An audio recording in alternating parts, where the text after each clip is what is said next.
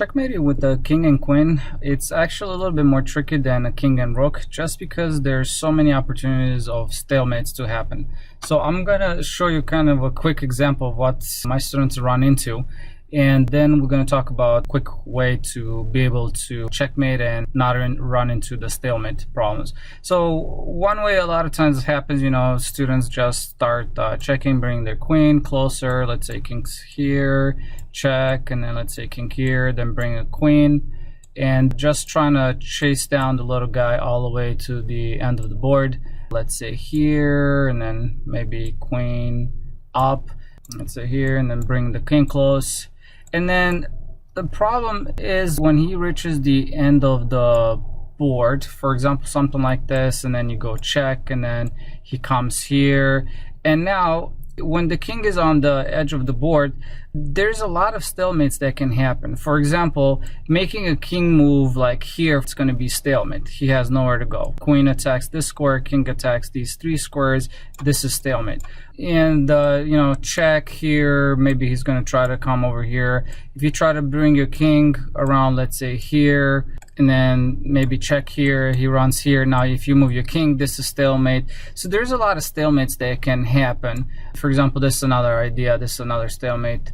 So it's not that easy, it's a little bit tricky. So what I teach my students, let's come back to the original position. What I like to teach my students is use your queen to corner the black king first, okay? Don't bring your king in yet till he's all the way to the side of the board.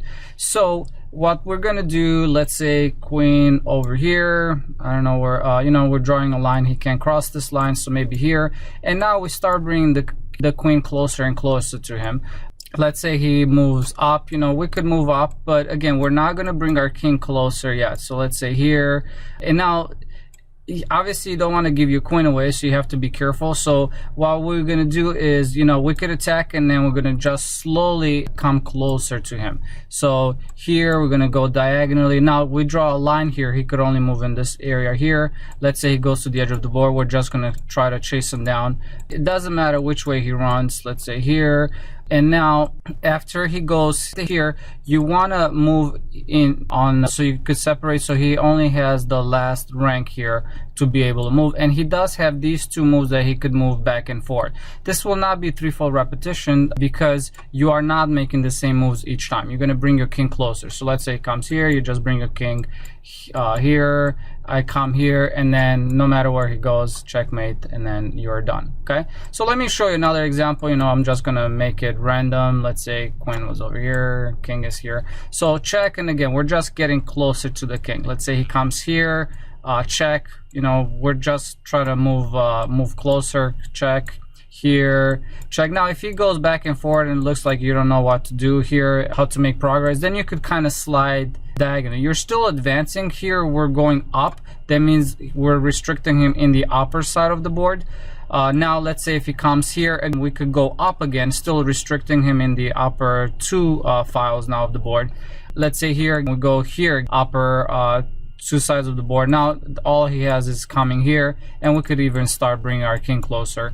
But you could see I'm only using the queen and then bring the king after he's stuck to the last file, and then I come here, and then checkmate here, it doesn't matter, game is over. All right, hopefully this helps, and good luck, try it. I encourage you to try it against play versus a computer and see how well you're gonna do with it. Thank you and have a good one. If you liked my video, please subscribe, and don't forget to check out my new website, masteryourchess.com, where you can learn, practice, test, and master your chess knowledge.